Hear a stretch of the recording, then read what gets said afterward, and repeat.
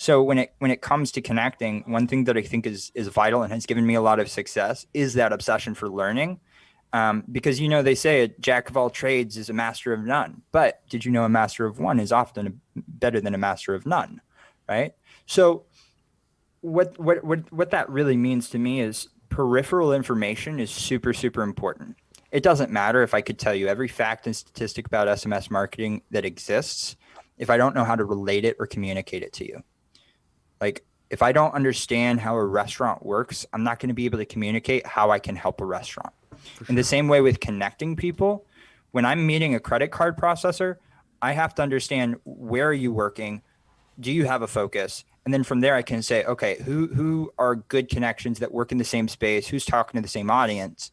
And then from that peripheral knowledge, I'm then able to say, oh, you might have good connections with a business broker, or with someone who's doing benefits, or someone who's setting up e-commerce shops, or whatever, right? And so understanding that is super, super important. And then just being willing to say, hey, I know somebody in that area. Would you want to talk to them?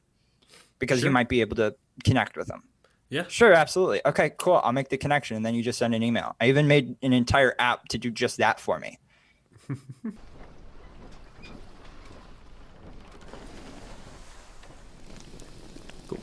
Garrett, my friend, I appreciate you being here. I appreciate you being on Burn the Ship. This is the podcast where we talk about business with entrepreneurs, learn as much as we can from them. So appreciate you being here. My pleasure, man. Thanks for having me. Cool. So why don't you go ahead and introduce yourself? Tell us what your business is. Tell us what you're looking for. Sure. So my name is Garret Halsell. I run a business called Advanced Vox Direct. So we're an SMS marketing agency. And basically what that means is we utilize text messages to help people and businesses connect with their audience directly and immediately. Now, there's a bunch of ways that you can utilize SMS for your business to help it grow. Obviously, like a law firm is going to use it differently than a restaurant would, right? So it really depends on the industry, how specifically we help, but usually it boils down to customer engagement, growing the business, getting more ROI, things like that in some really tangible ways. But one thing that is even more vital now than ever before is to own your own real estate, in the sense that you own your own marketing communication channels. Right. I've had clients that have been kicked off of Facebook and Instagram and YouTube for false DMCA strikes, or for false takedowns. Right. And that can kind of shut their business down immediately, as if you're not able to get in contact with your customers. And that's why SMS is such a important thing that businesses and influencers and everyone needs to be looking at, or taking advantage of, in order to ensure that they're able to keep going with their business, just in case something bad happens. But even more importantly, so that they can grow closer with their community and their audience. Sure. So that's the primary business. We do text message marketing as well as virtual phone systems. Those things kind of go hand in hand with one another. I run a couple of other businesses, but the primary one is the SMS marketing. Sure. Sure. So tell me I know you kind of said that there are more industries that are good targets for SMS marketing in general. What is that one good introduction you're looking for? Like, what is a really good introduction for you? Me? Paint that picture of like, hey, someone referred me this business. This business was really good. We signed them up. We made some money. They were really, really happy. Tell me one of those kind of the whole process of one of those success stories. Sure, absolutely. So my favorite industry is restaurants. That's where I have the most success, most experience. That's a little bit of my background. I used to be in the restaurant industry when I was younger. And so it's really close to my heart, because I feel like delivery apps nowadays are strangling restaurants. They simulate cash flow, but in reality, they're actually taking a lot more from restaurants than they're giving to restaurants. And so I've felt a really strong conviction to be able to help them become independent from delivery apps, whether that's DoorDash, Grubhub, Uber Eats, doesn't really matter. The point is the same. And, there's a ton of success stories that I could reference. Like, just in general, I've done a couple of case studies. SMS marketing helped Papa John's increase their sales by 33%. It helped Dunkin' Donuts increase their in-store traffic by 21%. One that's really close to me that I really enjoy is there's this bakery in New Jersey, and they started using SMS marketing, And essentially what happened is they had too many people coming in when they started using SMS marketing because it was so successful. It was more business than they could really take on because they would send out these promotions and these coupons to people, and the adoption rate on those are crazy. And so what would happen is it'd be busier than big events. It'd be crazier than they could handle whenever they sent those out. So they decided to break it up, where now each day of the week there's a different list that they send a message to, and that is responsible for the majority of their revenue. And so they do it differently than a lot of restaurants or bakeries would do it. They send out their texts really early because the people that they're marketing to are walking past on the way to work or something like that. But it's able to keep them consistently filled and with solid numbers on their revenue, so that at this point, if they stopped using SMS marketing, their business would probably die after about 3 or 4 months. Wow. So that's a huge success story where they've been able to become independent from any kind of delivery app or any kind of outside third party system, and they're actually able to be self-sufficient. So what about one of these like thin margin, late night, go to dinner type restaurants? I'm assuming that's more what you're looking for, is those local mom and pop owned really successful restaurants that are looking to kind of capitalize on a different market. What would be a way that you kind of walk them through the process? How does that work for you guys? Well, first of all, we have to analyze what they're currently doing, if they've got the right pieces in place to actually be successful. If they don't have like a loyalty program or something already established, we help them do that. But then it also comes down to understanding their audience, right? For instance, that bakery, a lot of their customers come in the mornings instead of the afternoon or something. So you have to take into account that timing. But once you understand your audience, then you can really segment and message them based off of that segmentation, whether it's the time of day, whether it's the male or female, whether it's an age group, or whether it's a food preference, right? And when you're able to do that, you can send them targeted messages, the customers, that is. And what that does is not only does it show that the business is paying attention to what these people like and don't like, but it's also giving them opportunities to get more of what they like at cheaper rates. And so what that really does is it increases the customer lifetime value, because when you have someone coming in more consistently, they're going to be worth more as a customer. Sure. So instead of having 100 people come in once a month, if you have 50 people coming in 3 times a month, that's still worth more, right? And that's really what we try to facilitate. And SMS is one of the best channels at doing that. We ran a test with this boutique retailer, and they had a list of about 250 phone numbers and like 1,000 emails. So we sent out pretty much the same message on SMS and email. It was the same coupon. And that same day they had 50 people come to redeem the SMS coupon, and they had 1 person to come redeem the email coupon, even though they're the same coupon. And then throughout the rest of that week, they had an additional 50 people come from SMS, and they had an additional 2 people come from email. So you're looking at 100 versus 3 coupon redemptions for 1 week. That's huge for a retailer to be able to bring that many people in on demand with just a coupon. And with a lot of those situations, people will buy more than just what the coupon is for. So it further increases that lifetime value. Sure. What's the cost like associated with, but because I'm just not, the space is so different. I'm unfamiliar with the cost. What is, so someone like me, like we do a virtual networking event. I would love to be able to, as you know, take my database of people that sign up for the event, that have came before, giving us their information, giving us their email, giving us their phone number, and we're sending those people a text like, hey, our event's coming up, or maybe it's to the people that registered, hey, our event is today, looking forward to still having you. What is, and obviously there's different skills, how do you factor in the cost to your business? Well, it really depends on how many people you're texting, right? So I work in 2 ways, right? It's kind of a twofold offering. Either we provide the system, and then you're able to do with it as you please. I'll give you a little bit of a guide. I'll kind of train you up on what you can and can't do, how to do it, things like that. That starts at $39 a month, and then it goes up to about $430 a month, depending on how many messages you're sending. So the area that we paywall is in blast text messages. So if I send 100 people the same message, that's going to be 100 text credits. But as soon as any of them reply, it immediately goes into one-on-one, and there's unlimited texting when it's one-on-one, right? So then it really comes down to how many people are we texting, how often are we doing that, and that's going to give you a framework for how much it's going to cost. Most of my clients are on $89 or $139 plans, which means they have 1,000 or 2,000 because they have maybe 500 people on their list and they're only sending that twice or 4 times a month. Because the Goldilocks zone, by the way, is 2 to 5 texts per month. Otherwise, you might annoy people. And so if you have 500 people that you're going to text 4 times a month, that's 2,000. Works out pretty easily.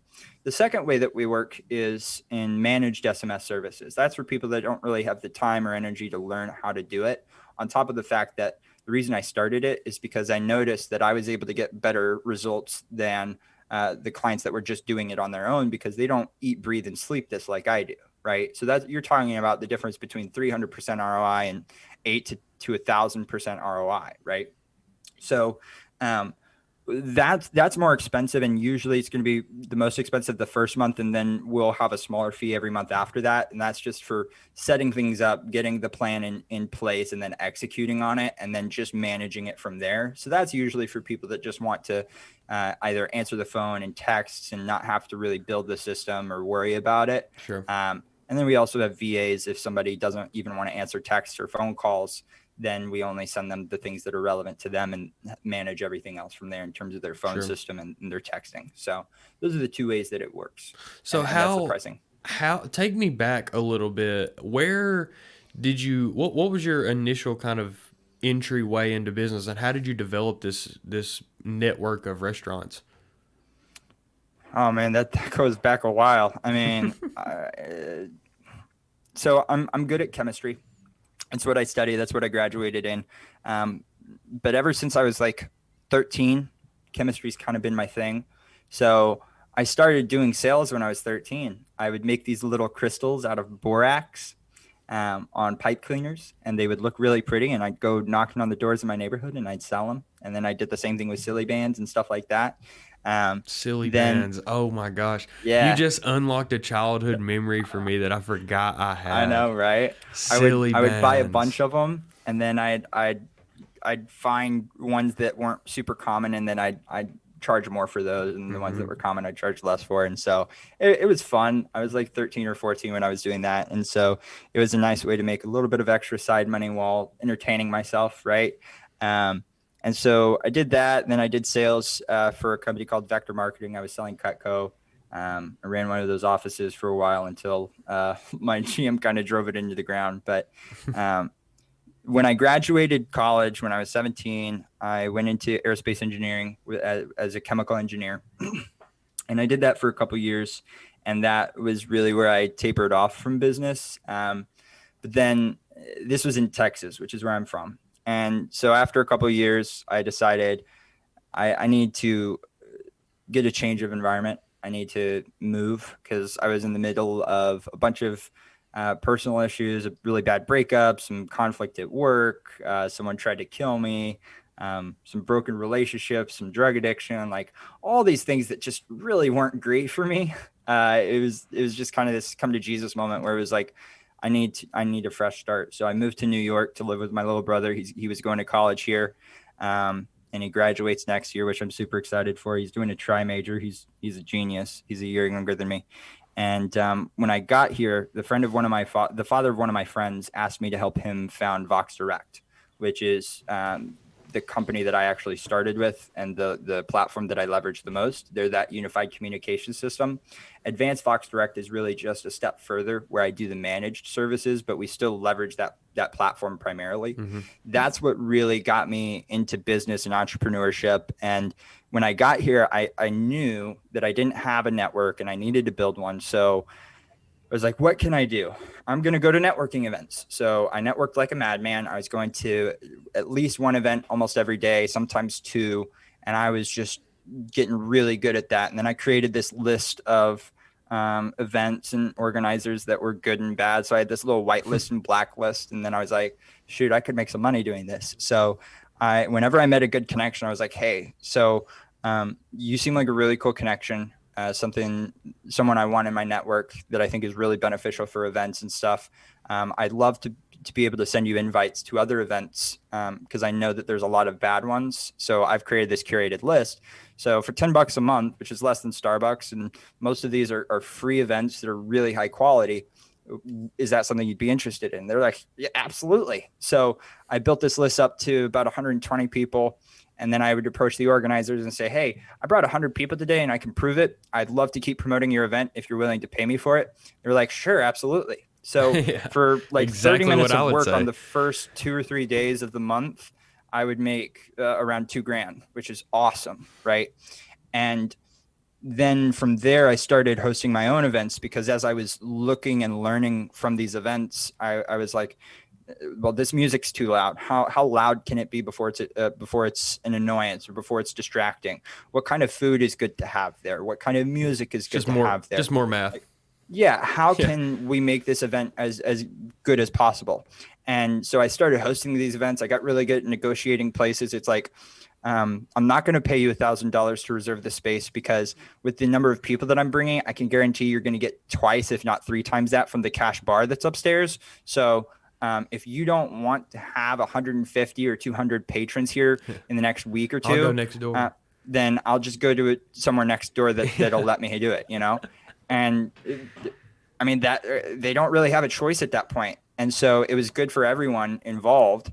And about 2 months into hosting these events, I had someone approach me. She's like, I'm from Portland. I absolutely love this. I want to have events like this in Portland. Would you teach me? It's like, absolutely. I would love to.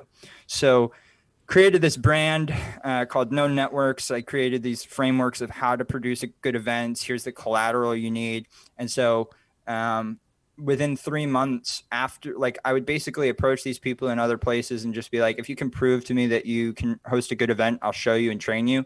And then once you've demonstrated the ability to host an event well, then you can start using our logo, our collateral, stuff like that. So within 5 months, I was already national with Portland, California, Texas, Florida, and New York. I was working on Chicago, and then COVID came, and the way that we were running it and the things that we were doing just really wasn't primed for virtual events. And so I had to pull an old Yeller on it. But now that COVID's kind of coming down, we're starting to see in-person events come back.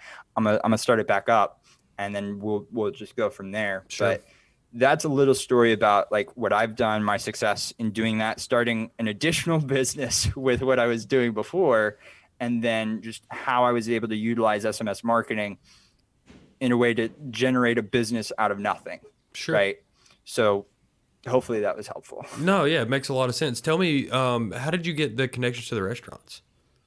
Okay. So in the restaurant industry here, so part of it was just reaching out directly, a lot of word of mouth referrals. Um, that's really how it started, and then it kind of evolved. So I'm able to source leads really efficiently.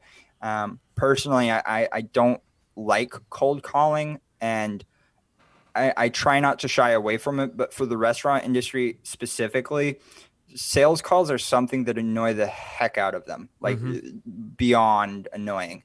And so one of the things that I can do is help mitigate those where restaurants don't get sales calls. I can stop those spam calls. I can stop those sales calls. And I don't feel comfortable calling restaurants because I feel it's a little hypocritical where it's like, Sure. But I thought of a great line. I was like, what if I told you this could be the last sales call you ever get? Like, that's a great line that people love, but it just feels a little hypocritical. So I don't do that. Instead, what I do is, emails with videos in them. People love that. I also will direct message them on LinkedIn or Instagram. That works. And then something I picked up a couple of weeks ago was I wanted to teach myself this lesson in humility because pride is something that young guys struggle with a lot. Me in particular, I struggled with it for a long time. And I read this book called Ego is the Enemy. It completely shifted my worldview. I absolutely love it. And I'm reading the other books in the series. But I realized I needed to teach myself this lesson in humility. Jesus was able to wash the feet of the disciples, I can at least deliver some people's food, because for a long time I felt like I'm above doing DoorDash, I'm above delivering food, but that's not the case. Like I just said, Jesus washed the feet of the disciples. I can deliver some people's food. Like, it's not that big of a deal, and it's a good lesson for me. And so when I started doing it, I was like, why didn't I think of this before? I'm getting right in front of my target market. Even though this is meant to be a lesson of humility, this is a great way for me to do lead gen. Yeah. So now when I'm going to pick up this food for DoorDash, and don't get me wrong, I don't like it at all. I do not like doing DoorDash. Like, it's flexible, cool. I don't like the pay, and I don't like parking, because New York City parking is horrible. So doing delivery efficiently without a bike is a little bit difficult. But the point is like, now I can walk into these restaurants and say, hey, what have you guys been doing about COVID? This, that, the other. How have you been getting customers engaged? It's like, hey, I have a feeling that you don't like DoorDash, just like I don't. And despite that fact, even though I hate it so much, my mission is more important than doing something I don't like. That's why I'm here, is because it's so important for me to talk to you and get in front of you, that I'm doing DoorDash, which I hate, in order to be able to talk to you so that we can both get better together, because I know that DoorDash is strangling you, and I have some tools that can help with that. Is that something you want to talk about? Absolutely. They hate DoorDash, bro. They hate delivery apps, because it is killing them. And the savvy business owners realize that, and they see it, and they want to figure out a way to get away from these delivery apps, but they don't know how. And so when I come in and I'm saying, look, this is scrappy, this is unconventional, it's not scalable, but this is so important that I have to do this, it speaks volumes to them. So that's another way that I've been doing. And then restaurant owners know restaurant owners. When you get really great results for someone, they're going to tell other restaurant owners about it. Right. And that's something that speaks for itself, and it gets spread like wildfire. Right. Right. Yeah, it makes a lot of sense. Tell me, along with that, so you're developing this network of restaurants, you're developing this network of entrepreneurs. What is, and it seems to me that there's kind of this recurring motif of, kind of repurposing the time and connections that you have. What is in the future for you guys? Do you see some collaboration between this, networking event, Rolodex that you created and vetted for, and some of the stuff that you're doing with SMS marketing, and some connection between what you're doing with that, with this restaurant industry connections that you have? What does that look like? And you just mentioned that it's not scalable, so. Yeah, well, that part of it's not Oh, scalable, yeah. right? Oh, There yeah. are definitely parts that are scalable. Um, you know, that's a really good question, and I'll answer it in a kind of roundabout way. So my life has kind of centered around communication. I did speech and debate for 10 years. I'm a good public speaker. I love doing it. I still teach debate. Um, I run a public speaking company. I've helped a TV show host secure his position as TV show host with public speaking assistance. And so um, I think SMS marketing is just another extension of communication, because I think at the most granular level you can examine, every issue in existence boils down to a communication issue. It's either a lack of communication or a miscommunication, right? And so in that way, I'm able to relate everything that I'm doing to communication, whether it's training people how to communicate, showing them or giving them tools how to communicate, giving them a stage by which they can practice that communication. And so really what that boils down to is, because my life centers around communication and my heart is to help people, and that's what gives me joy and gives me fulfillment and purpose, then using that as a framework to see how can I take action on that in a really, really tangible and direct way. Restaurants is just something that really fits with me and my personality, as well as my skill set. Like, this may not sound the best, but I like getting free food, and restaurants, like when you help a restaurant out a lot, they'll give you free food. Oh, yeah. And I'm a foodie. Like, don't even, let's not even start talking about barbecue because I'm very biased against New York. Mm, Like, ain't nothing like Southern barbecue, and I haven't had anything good here. yeah, could But agree with that. they have other food that's really good. So don't, like, the pros and cons to everything, right? Right. Yeah. um, but it's just something that's close to my heart, something that I'm good at, that gives me joy, and that I'm really good at, right? And then just being able to niche down and to say my primary audience is restaurants just allows me to be that much more focused, Sure. so that when it does come time to scale and to get bigger and to open up which industries I work with, I'm not going to be able to do that alone. Sure. So I'm going to have people on my team that are strictly focused on one industry. I'm going to have somebody come in and I'm going to say, you're only focusing on real estate. But if you find someone who needs SMS and they're in a different industry, you can send that to me, or you can send that to one of these other guys in our business that are focusing on that thing, that industry. And so then I'm going to kind of create this company that has industry experts for SMS marketing in those specific verticals. And I think that's going to give us a really good base by which to either have multiple agencies that all work together, or maybe it's just one big company that offers out to multiple industries. But the most important part of that is it's personal and it's relational, because a lot of the people that utilize my services, especially the managed services where I'm a lot more involved, they do it because they like me and they know me and they Right. know my heart Right. and they know my expertise. And that's what I want to impart on the people that I begin bringing into my business. When they begin offering to other people, it's like, it's about relationship. Your part to play is relationship, but then you also can help in this specific area. Sure. Don't let that define you, but let it guide you. Sure. Sure. That makes sense. So what? I mean, and I say this in the most complimentary way for sure, but it seems that you're pretty new in to not necessarily the entrepreneurial journey, but as to defining what it is that you're capable of, because you have this broad method of communication that you've mastered. What are some areas that you hope to grow in? You know, are there any Mm, areas where you're like, I understand, because I think a lot like you know, and I'm very math. I'm always doing math, and people in my life are like, that doesn't even have anything to do with math. And I'm like, oh yes, it does. Yeah, everything is it's the just way I somewhat. relate everything. Yeah. 100%. I do the same thing all the time. Tristan can vouch for me. Everything is just a little bit of math. It's all Yep. just a little bit. So, what are some of those areas where you look to improve? You know, what are some challenges that you had as an entrepreneur where you take the math, and what are some of the things that you had to learn? I know that you talked about, you know, learning to develop this network and finding out what those connections were that are going to be valuable to you. But seeing as you haven't really married yourself to one identity or one idea or one product or one form of revenue, Hmm. what is that brand? You know, what do you guys grow into? What is it that, you know, challenges that you guys are seeing now or seeing in the past that you say, oh well, we're cut out to do a little bit more than what I originally expect that we do? Because it seems that Mm, that is something that you guys are definitely prepared to. You know, some of the sure. ways that you're acquiring business and reaching out to people and doing business aren't scalable, but I think that's the same for everybody. You know, like I can't send millions of emails and do millions of phone calls and do millions of podcasts every year.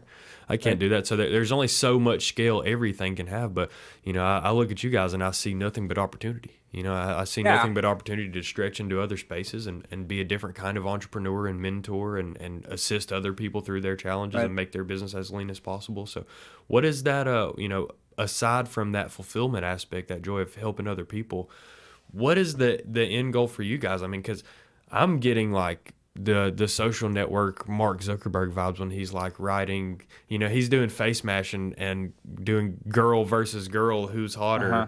on his Harvard window, you know, like that. Right. You guys seem that small compared to what it can be. You know, what Yeah. you've positioned yourself to grow into with all these spaces that you're very viable in. Sure. So I'm going to preface all of this with kind of the way that I look at it. Um, I want to be personal over personalized, especially when it comes into scalability. Like you said, you can only scale so far. And I think that as you grow bigger, you inherently grow less personal, because personal is indicative of relationship, of fellowship between people. Whereas personalized is kind of just having your name and data tokens on this wall of text, right? That's how I rationalize it. So on one hand, this is kind of referencing back to what I was saying with bringing other people in to create multiple agencies. Is I was having this conversation with myself about what is my brand identity, and I boiled it down to three things. It's integrity, authenticity, me.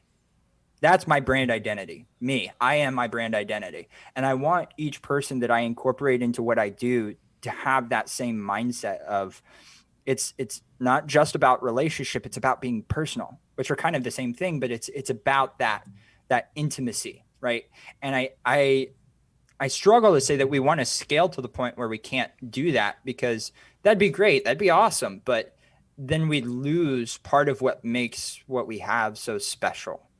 And I believe that we live in a world of abundance, right? I think that there's some really incredible things that I can do, that I'm going to do, that I want to do, that I'll be capable to do. But you're never going to get there if you're just flailing around doing everything, trying to be everything to everyone. Yeah. And also if your priorities are out of place. Sure. Scaling is an important thing to think about, but if you're scaling for a purpose that's not greater than yourself, you're going to have a hard time getting people to buy into that. And that's why I think being purpose-driven is so vital to the success of a business.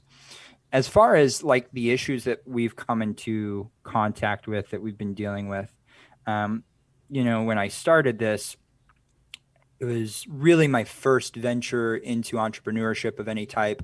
Like I said, I'd been doing sales, so I knew how to sell stuff, but I didn't know business, right? And I didn't go to school for business. I went to school for science. But I have this kind of life mantra, which is always be a student. I think everyone has a lesson to teach. You just have to listen and look for it. So I try to learn something from every person that I meet. And as a result, and being intentional with that, to see other perspectives not only allows me to learn more efficiently, learn more effectively, but being able to internalize it is super, super important. I don't care that you read the 10 best books in business. You don't remember any of it. I'd rather you read one book 5 times so that you can get all of the use case out of it than read 10 books once. But even more importantly than that, it's about application. All right. If you read how to make $1 million with e-commerce, but then you don't follow through with it, there was no point in you reading how to become a millionaire with e-commerce, was there? Right. So having that mindset in, if I'm going to learn something, I need to apply it. I need to take action on it. There's no point in learning for the sake of learning, which has been my obsession for most of my life. I love learning just to learn. That makes me an encyclopedia of useless information. For instance, did you know a male lion with a full bladder can pee for 35 seconds straight? Absolutely pointless information, but I just like learning. And so I'll remember some offhanded things like that. And part of that is what makes me is just being kind of random and unpredictable. I've got the sign above my door that I got for Christmas that says, I am the chaos coordinator, right? I'm known for being relatively unpredictable and kind of crazy, especially in more social settings than professional or business settings. But having that mindset to always be growing, always be learning, to implement the things that I'm learning is so, so vital to actually making progress. Because I want to focus on the process before progress, because without the process, progress is limited, and progress has no point unless you are doing it with a purpose. So you've got process, progress, and purpose. And so the purpose is what drives all of it. The progress is how you track it, but the process is how you do it. And so the process is super important. And when you come from a place of how do we create a process to make a sustainable business? How do we monetize this or that? How do we get the objectives that we're looking for? I like to compartmentalize, break it down into easily understandable pieces, right? So I'll say, okay, we need to have a scheduling system. We need to have this, that, the other. Okay, now that we have that outlined, if I look at this one piece, how do I do this efficiently as possible? How do I make the scheduling system talk to my CRM? And so then when I build this business infrastructure, and I'm able to build this foundation, Now it comes down to execution of how do I relate this? How do I communicate this to other people? How do I provide value? How do I find the problem that I can solve? And a lot of that just comes from listening. And I feel like too many times people want to tell without listening. And if you don't listen, you're not going to be able to diagnose the problem if you're not listening to what they say, right? The doctor Sure. comes in and he says, where does it hurt? You tell him where it hurts and he says, okay, well, now that gives us direction to how to fix it. But if he doesn't diagnose it, if he doesn't tell you what the issue is or how we can fix it, there's no way you're going to do that. So I first have to come in and say, what are the problems? Well, lead gen's a problem. I'm not talking to enough of the right people. Okay. How do I get in front of more of those people? What are all the options? Okay. We've got email, we've got text, we've got ads, we've got social, we've got this, that, the other. Where is my audience? What is going to speak to them? How do I get them to click? How do I get their attention? How do I get to have a conversation with them? And this kind of comes back to networking. Like when I'm networking, I don't think networking is a place where you should be doing business, right? Like specifically with a networking event. I'm not trying to get any business out of a networking event. I'm trying to earn the right to have a second conversation. That's where we're going to really meet each other. That's where we're really going to understand and get to know one another. And from there, we can then do business. And so in the same way here, we have to figure out what is the obstacle? How do we overcome it? How do we utilize it for our benefit and our growth? Sure. So it comes down to creating a system around your problem because systems create success. Sure. Well, I'll tell you, I appreciate your time, man. I really do. I've learned a lot from you. Just you being in my network and for a short period of time. I'm very excited to see kind of where you end up moving forward. If you ever want to catch some barbecue, if you ever find yourself in Atlanta or I find myself. I'll be in Atlanta I'll probably be in Atlanta this summer and then in December. Yeah, come check us out. We'll be here. I'll hit you up. We'll be here. Yeah, we'll go to the Braves game, something like that. So hit us up, man. I'm excited to know you. Like I said, I'm excited to see. Maybe Garrett will be the first billionaire on our podcast in a year or something like that. Who knows? So, we'll see. Yeah, who knows? Yeah, maybe we'll be all billionaires. I probably won't spend much time podcasting anymore. if I make $1 billion this year, if I make $1 billion, I'm going to be too busy spending that helping people. That's what I'm saying. Go in different places and creating opportunities for people. I love the connector up there in your virtual background. The connector. That's literally what we strive to be. Is the podcast, the virtual stuff, all of that is just value that we bring to businesses. And there's some things that we can do better, and there's some things that we've done really, really well. But we've helped a lot of people. I don't know that there's people that are really in our inner circle that approached helping small business last year the way that we did in Atlanta. Because, that everything that we did wasn't, hey, how can I start this virtual event for a couple of weeks and then start making tickets and sponsor money? There's nothing wrong with that, but we kept everything truly competitive. We've made our money off of one thing this whole time, which is what we're good at and what we've been doing forever, which is credit card processing. Yep. All of this is just extra. All of this is just relationships and connections that we would never have made otherwise. And I'm excited and better to have had them. So I appreciate your time. Tell people where they can find you if they want to talk to you. Well, on LinkedIn, you can search Garret Halsell. I'll pop up. Same thing on YouTube or Instagram. You could also text Garrett to the number 844-267-6492. That'll give you my contact information. I'm not keeping your info. I don't even know when you send it or if you send it. So it's a program that automatically texts back. And then if you want to text me, then you can. Yep. That'll also give you all my socials. I've done it a few times. We've talked on the phone. I've texted Garrett to the number a few times. I haven't gotten any. I'm not on any list. I've gotten no SMS. For everyone wondering, I've gotten no SMS. So. There you go. Cool. Well, I appreciate you, man. I'm looking forward to talking again. Man. Yeah, for sure.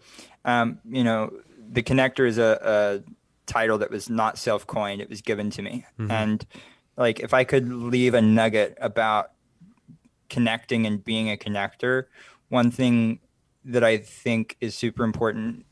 Personally, I don't believe in altruism. I'm selfishly selfless. So I derive pleasure from helping people, right? And so I want to help them in whatever way I can, right? I don't care if I'm the solution or not. I just matter that we get a solution to the problem. So when it comes to connecting, one thing that I think is vital and has given me a lot of success is that obsession for learning. Because, they say a jack of all trades is a master of none. But did you know a master of one is often better than a master of none, right? So what that really means to me is peripheral information is super, super important. It doesn't matter if I could tell you every fact and statistic about SMS marketing that exists if I don't know how to relate it or communicate it to you. Like, if I don't understand how a restaurant works, I'm not going to be able to communicate how I can help a restaurant. In the same way with connecting people, when I'm meeting a credit card processor, I have to understand, where are you working? Do you have a focus? And then from there, I can say, okay, who are good connections that work in the same space? Who's talking to the same audience?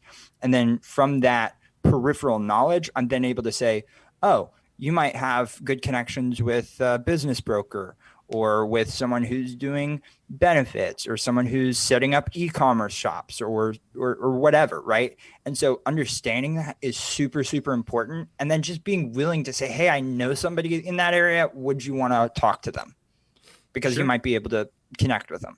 Yeah. Sure, absolutely. Okay, cool. I'll make the connection. And then you just send an email. I even made an entire app to do just that for me. So it saves me a bunch of time. Instead of spending 3 hours on introductions, I can spend like 10 minutes and be done. Oh, wow. Yeah, that's Wow. dope. Cool. Well, I appreciate the one you made for me, to your friend with the app. I'm looking forward to more of that conversation. But hey, we're going to figure Absolutely. out some ways to bring some value to you guys. Like I said, you guys are interesting and exciting to us. So we look forward to connecting the connector. Absolutely. I love it. Cool. And I hope that we'll be able to we'll give you the honorary title of Yeah. fellow connector. Yeah. Connector liaison. Yeah. Yeah, there you go. All right. Cool, man. Well, I'll talk to you soon. I appreciate you. Absolutely. My pleasure. Cool.